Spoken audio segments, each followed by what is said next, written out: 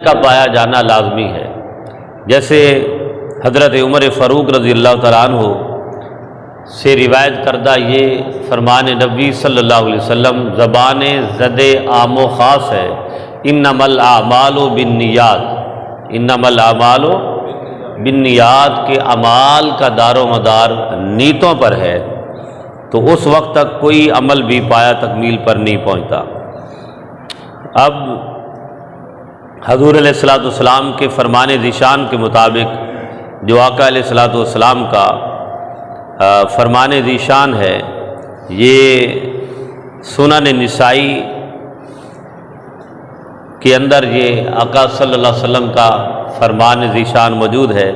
کہ حضور علیہ الصلوۃ والسلام نے فرمایا کہ جو فرض روزہ ہے، فرض روزہ اس کی نیت ضروری ہے، فرض روزہ کی نیت ضروری ہے کہ جب فرض روزہ ہو اس کی نیت کرنا لازمی ہے۔ تو جب صبح روزہ رکھیں تو زبان سے یہ کہہ دے کہ یا اللہ میں آج کے دن کا روزہ رکھتا ہوں۔ یہ جو ہم پڑھتے ہیں وَبِصَوْمِ غَدٍ نَوَيْتُ مِنْ شَهْرِ رمضان، یہ کسی حدیث میں نہیں ہے، یہ ذہن میں رکھیے گا۔ یہ ایک مقولہ ہے، قول ہے، لیکن ایک عربی کا مطلب ایک عربی کے اچھے الفاظ ہیں، وَبِصَوْمِ غَدٍ نَوَيْتُ مِنْ شَهْرِ رمضان، کہ میں اے اللہ رمضان المبارک کے روزے کی نیت کرتا ہوں۔ آپ محرم میں روزہ رکھیں، کوئی ربیع الاول میں رکھے، اگر کوئی شخص جو ہے وہ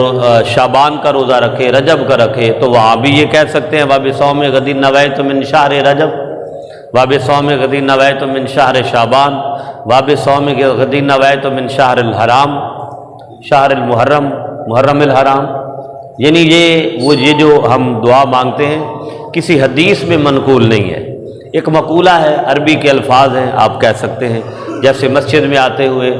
نیت کرتے ہیں نویت سنت الاعتکاف، تو اسی طرح حرج کوئی نہیں ہے، مستحب عمل ہے۔ زبان سے دل سے عمل کی نیت کرنا یہ لازمی اور ضروری ہے۔ اس طرح نفل روزہ جو ہوتا ہے، اب فرض روزے میں ایک یہ معاملہ بھی ہے کہ بعض اوقات آنکھ نہیں کھلتی،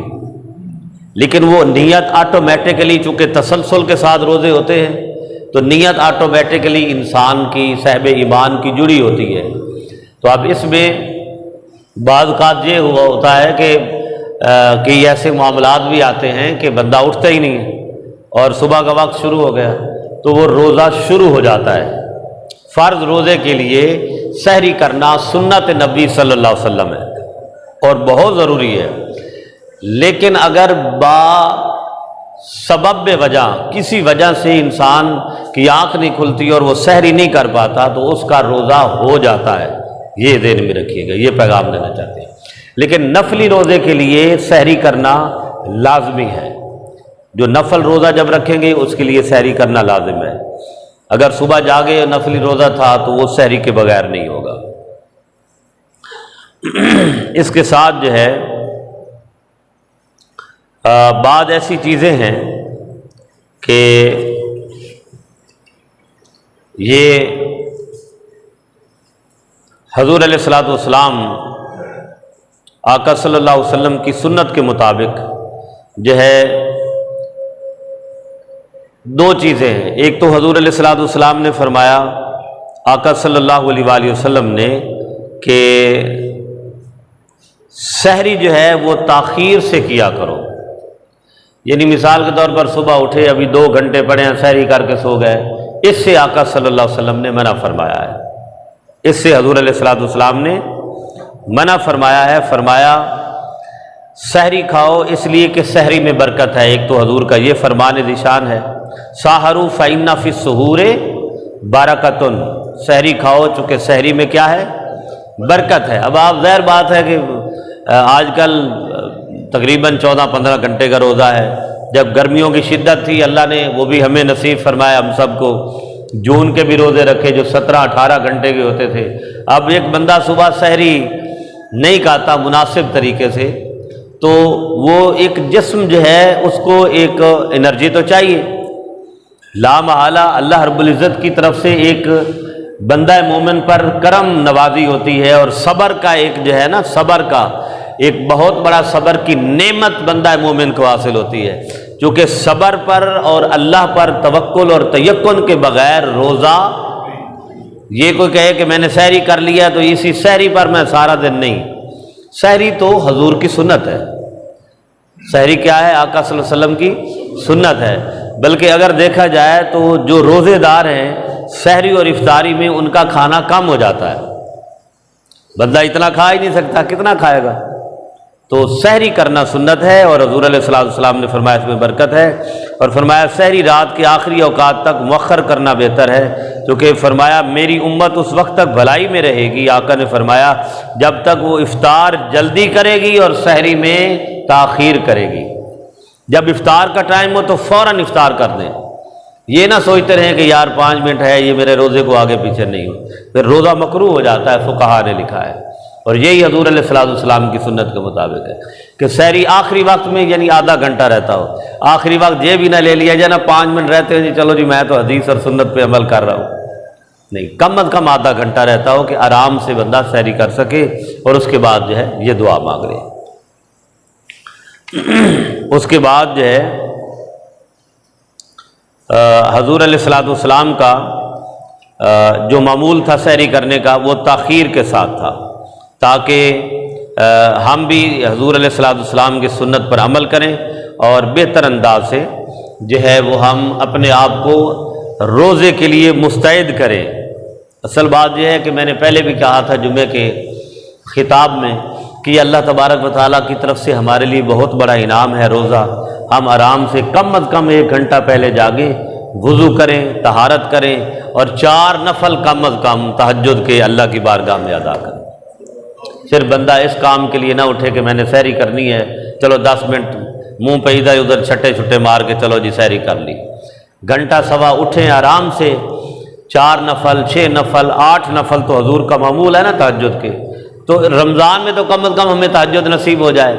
تو اللہ تعالیٰ اسی کے صدقے ہمیں غیر رمضان میں بھی متہجد بنائے، اور اس کے ساتھ جو ہے آپ تلاوت کر لیں، پھر آدھا گھنٹہ جب بچے تو پھر آپ سحری شروع کر دیں۔ اللہ اکبر۔ اب یہ اس کے ساتھ اب جب ہم افطار کرتے ہیں تو افطار کے لیے بھی نیت ضروری ہے۔ آپ زبان سے کہہ دیں کہ یا اللہ تیری توفیق سے میں نے روزہ رکھا ہے، اب میں افطار کرنے لگا ہوں۔ امام عبد الرزاق نے اپنی کتاب حدیث المصنف میں، اور امام ابو داود نے سنن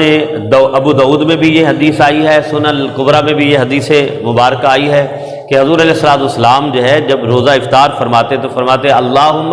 لک صمت وعلی رزقک افطرت، یہ 2 الفاظ آئے ہیں، اللہم لک صمت وعلی رزقک افطرت۔ ایک اور حدیث میں آیا وعلیک توکلت، اس کے الفاظ آئے ہیں۔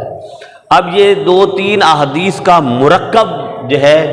اس کو مرکب جملے میں یہ پرو دیا گیا ہے کہ اللہم انی لک صمت وبک آمنت وعلیک توکلت وعلی رزقک افطرت۔ اب یہ پورا یہ جو جملہ ہے کسی حدیث میں نہیں ہے، یعنی یہ پورا جملہ حدیث میں نہیں ہے، بلکہ 2-3 احادیث کو ملا کر یہ مرکب بنایا گیا ہے۔ لیکن یہ مروجہ جو دعا مانگی جاتی ہے اس میں بھی کوئی حرج نہیں ہے، یہ بھی کوئی حرج نہیں، چونکہ یہ بھی احادیث نبی صلی اللہ علیہ وسلم سے لیا گیا ہے۔ لیکن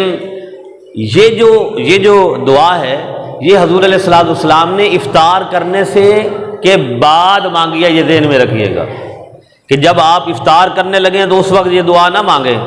کہ اس کے بعد افطار شروع کریں ہم کہ اللہم انی لک صمت وبک آمنت وعلیک توکلت وعلی رزقک افطرت، بلکہ بسم اللہ الرحمن الرحیم حضور کا عمل مبارک۔ حضرت ابو ہریرہ رضی اللہ تعالیٰ عنہ فرماتے ہیں کہ آقا صلی اللہ علیہ وسلم جب روزہ افطار فرماتے تو تازہ کھجوریں حضور کے سامنے رکھی جاتی اور دودھ کا گلاس ہوتا، اور اگر تازہ کھجوریں نہ ملتی تو جو پکی ہوئی دوسری خشک کھجوریں ہیں ان سے آقا صلی اللہ علیہ وسلم، اور فرمایا کہ کچھ مواقع ایسے بھی آیا کہ کھجوریں نہیں تھیں تو حضور علیہ الصلوۃ والسلام نے پانی کا گھونٹ بھر کے روزہ افطار کر لیا۔ اب یہ سارے حضور علیہ الصلوۃ والسلام کی کردہ اعمال ہمارے لیے ہیں۔ ہو سکتا ہے کسی کے پاس کھجور نہ ہو تو وہ کھجور ہی ڈھونڈتا پھرے، جی حضور نے تو کھجور سے روزہ افطار کیا ہے، ایسا کوئی، وہ تو ایک سنت، بہتر سنت عمل ہے اگر کھجور میسر آ جائے، کھجور میسر آ جائے، نہیں تو پانی کا گھونٹ بھر کے بھی حضور نے روزہ افطار فرمایا ہے۔ نمک لے لیں، چینی منہ میں ڈال لیں، میٹھی چیز کوئی، ٹھیک ہے، نہیں تو پانی کا گھونٹ بھر لیں، یا روٹی کا لقمہ بھی ڈال سکتے ہیں، سمجھ آئی نا؟ روزہ افطار کرنا ہے تو افطار کی دعا روزہ افطار کرنے کے بعد مانگنی ہے، کیونکہ اگر اس کے ترجمے کی طرف بھی اگر ہم غور کریں نا، اللہم انی لک صمت، یا اللہ میں نے تیری توفیق سے روزہ رکھا، اللہم انی لک صمت وبک آمنت، میں اس تیرے حکم پر ایمان لایا، وعلی رزقک افطرت، اور تیرے دیے ہوئے رزق میں سے میں نے افطار کیا۔ یہ ترجمہ ہی بتا رہا ہے کہ جو عمل میں کر چکا ہوں اس پر میں تیری بارگاہ سے دعا مانگ رہا ہوں۔ جب افطاری کرنے لگے ہیں تو سمپل بسم اللہ پڑھ لیں، بسم اللہ الرحمن الرحیم، کھجور میں ڈالی، اور یہ وہ افطاری کا طریقہ یہ ہے۔ اس کے ساتھ جو ہے سحری اور افطاری میں یہ معمولات ہیں۔ تو روزے کے دوران ہمیں بڑی احتیاط کی ضرورت ہے کہ جب خاص کر وضو کرتے ہیں تو وضو کرتے وقت منہ میں کلی کرتے ہوئے اور ناک میں پانی ڈالتے ہوئے بہت احتیاط کی ضرورت ہے۔ اگر اب ظاہر بات ہے کہ روزے دار کو وضو کرتے ہوئے اس کے ذہن میں ہوتا ہے کہ میں روزے دار ہوں، اس کے باوجود اگر پانی حلق سے نیچے ایک قطرہ بھی چلا گیا تو روزہ ٹوٹ جائے گا۔ ناک میں ہلکے سے پانی ڈالیں، اس میں مبالغہ آرائی نہ کریں، اگر نرم ہڈی تک پانی چلا گیا تو روزہ ٹوٹ جائے گا، جی ذہن میں رکھیے، یہ جانتے ہوئے کہ میں روزے کی حالت میں ہوں۔ اگر بلا دھیان چلا جائے، بلا ارادہ چلا جائے تو اس کی تو اللہ تعالیٰ بھولے چوکے کی تو اللہ تعالیٰ معافی فرماتا ہے، لیکن ہمیں وضو کرتے ہوئے روزے کی حالت میں بہت زیادہ احتیاط کی ضرورت ہوتی ہے تاکہ مبالغہ آرائی سے بچا جائے۔ نارمل کلی کر لیں، 1 دفعہ 2 دفعہ 3 دفعہ جو سنت ہے کلی کر لیں، ناک میں پانی ڈال لیں۔ اس کے ساتھ اگلا مسئلہ یہ ہے کہ حالت روزے میں اگر غسل فرض ہو جاتا ہے، آپ سمجھ رہے ہیں، بالغ ہے، غسل فرض ہو گیا، تو اس صورتحال میں غسل کریں گے، مکمل وضو کریں، سنت مسنون غسل سے پہلے جو کرتے ہیں، اس کے بعد جو ہے 3 دفعہ کلی کریں، 3 دفعہ آرام سے ناک میں پانی ڈالیں جیسے وضو میں کیا جاتا ہے، حلق تک، یعنی انتہائے حلق تک جو مبالغہ آرائی کرنی ہوتی ہے غسل کی حالت میں، غسل واجب فرض کی حالت میں، وہ نہیں کرنی روزے کی صورت میں، نہ ناک میں نرم ہڈی تک پانی چڑھانا ہے، آرام سے غسل کر لے۔ اور جب افطاری کا وقت ہو جائے، ایسا شخص جب افطاری کا وقت ہو جائے تو پھر افطار کرنے سے یعنی جب ٹائم ہو جائے، افطار کا اناؤنسمنٹ ہو جائے کہ افطار کا وقت ہو گیا ہے، مقررہ وقت مکمل ہو گیا ہے، تو پھر 3 دفعہ مبالغہ آرائی کے ساتھ غرغرے بھی کر لیں اور نرم ہڈی تک پانی بھی چڑھا لیں، پھر غسل مکمل ہوگا۔ اگر نہ کیا تو پھر غسل مکمل نہیں ہوگا اور ناپاکی کی حالت میں پھرتے رہیں گے۔ اس کے ساتھ اگر جسم سے خون نکل آتا ہے، جسم کے کسی حصے سے، بعض اوقات کوئی زخم آ گیا، چوٹ لگ گئی، تو خون جسم سے نکلنے پر روزہ نہیں ٹوٹتا، ذہن میں رکھیے۔ ہر وہ چیز جو جسم سے خارج ہوتی ہے، خون ہے یا قے آ جاتی ہے، بعض اوقات انسان کا دل پھرتا ہے، یا مزاجن طبیعتاً یا کوئی تکلیف پریشانی ہے، قے چاہے منہ بھر کے کیوں نہ آ جائے، روزہ نہیں ٹوٹتا، بئی وجہ کہ اگر انسان خود انگلی ڈالے اور خود قے کرنے کی کوشش کرے، خود اگر کرے گا تو پھر روزہ ٹوٹ جائے گا ارادتاً۔ ویسے بلا اختیار، اختیار کے بغیر اگر قے آئی تو روزہ نہیں ٹوٹتا، روزے کو کچھ بھی نہیں ہوتا۔ جسم کے کسی حصے سے خون نکل آیا، خراش آئی، چوٹ لگ گئی، اس سے بھی روزہ۔ ہاں اگر منہ سے، دانت سے خون نکلا ہے تو اس کی بہت زیادہ ضرورت ہے احتیاط کی۔ دانت سے خون نکلا تو فوراً اس کو تھوکیں، اس کو روکنے کی کوشش کریں، اور اگر خدا نہ خواستہ ہمیں پتہ ہے کہ دانت سے خون نکل رہا ہے اور وہ جو تراوت ہے خون کی وہ ہماری تھوک پر غالب ہے اور وہ اندر چلی گئی، یہ جانتے ہوئے کہ میرے دانت سے خون نکل رہا ہے، تو روزہ ٹوٹ جائے گا۔ اس کی بہت زیادہ احتیاط کی ضرورت ہے۔ اس کے ساتھ جو ہے اللہ تبارک و تعالیٰ نے حضور علیہ الصلوۃ والسلام کے صدقے ہم پر کرم فرمایا ہے کہ اللہ تعالیٰ نے بھول چوک کو معاف فرما دیا ہے۔ اب ظاہر بات ہے روزہ رکھتے ہوئے انسان بعض اوقات پانی کا گھونٹ بھر لیتا ہے، بھولے سے، انجانے سے، جانے سے نہیں، یا منہ میں کوئی چیز ڈال لی اور فوراً پتہ لگا ہو میں تو روزے سے ہوں، فوراً تھوک دے۔ حضور علیہ الصلوۃ والسلام کا فرمان ذیشان ہے کہ روزے کی حالت میں اگر میرے امتی نے کھا لیا یا پی لیا، یعنی کوئی لقمہ منہ میں ڈال لیا یا پانی کا گھونٹ بھر لیا، فوراً یاد آیا کہ میں تو روزے میں ہوں، تو اسے وہی سٹاپ کر دیا، بھولے سے ایسا عمل ہوا تو ایسے ہے جیسے اللہ نے اسے کھلایا اور پلایا۔ بات سمجھ آ رہی ہے نا؟ اب مثال کے طور پر گرمیوں کے دن تھے، بڑی تڑک دھوپ تھی، پانی کا گھونٹ بھرا تو بھولے سے بھر لیا تو پتہ چلا کہ روزے سے ہوں، اس کے بعد جو گھونٹ بھریں گے اس سے روزہ جاتا رہے گا۔ یہ نہیں کہ چلو بھولے سے ہے 2 گھونٹ اور بھر لیں، ایسا معاملہ نہیں ہے۔ اللہ تعالیٰ کی ذات جانتی ہے بندے کا کیا ہے۔ روزہ تو تقویٰ کی سب سے اعلیٰ ترین درجے کی مثال ہے کہ ہم جہاں بھی بیٹھے ہوں ہمارے ذہن میں یہی ایمان کی کاملیت ہوتی ہے کہ اللہ کی ذات ہمیں دیکھ رہی ہے، اللہ کی ذات ہمیں دیکھ رہی ہے۔ یہ حاجی صاحب نے سوال کر دیا، دیکھیں ناک میں دوائی ڈالنا،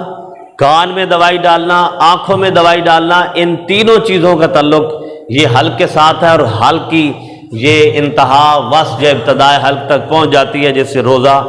جا سکتا ہے، اس لیے کسی قسم کی دوائی نہیں ڈالنی، نہ انجیکشن لگوانا ہے، یہ ذہن میں رکھیں۔ اب ڈاکٹر لوگ جو ہے وہ اس میں تو جی ہاں جی یہ گوشت کا ہے تو یہ رگ کا نہیں ہے تو یہ فلاں نہیں، ایسا کچھ بھی نہیں ہے، کوئی انجیکشن نہیں لگوانا۔ ہاں دیکھیں دین اسلام نے کتنی خوبصورت کا ایک ہمیں رخصت دی ہے کہ اگر ہمیں تکلیف ہے، ہم روزے کی جو تلخی ہے اس کو برداشت نہیں کر سکتے، نہ روزہ رکھیں، بعد میں اس کی رعایت ہے، بعد میں اس کی قضا کر لیں، ٹھیک ہے۔ اگر شدت بڑھ رہی ہے، کوئی ایسا مسئلہ بن گیا ہے اور اس کے لیے جان بلب ہے تو روزہ توڑنا اس کی بھی شریعت میں اجازت ہے، بعد میں اس کی قضا کر لیں۔ وما علیہ الا البلاغ۔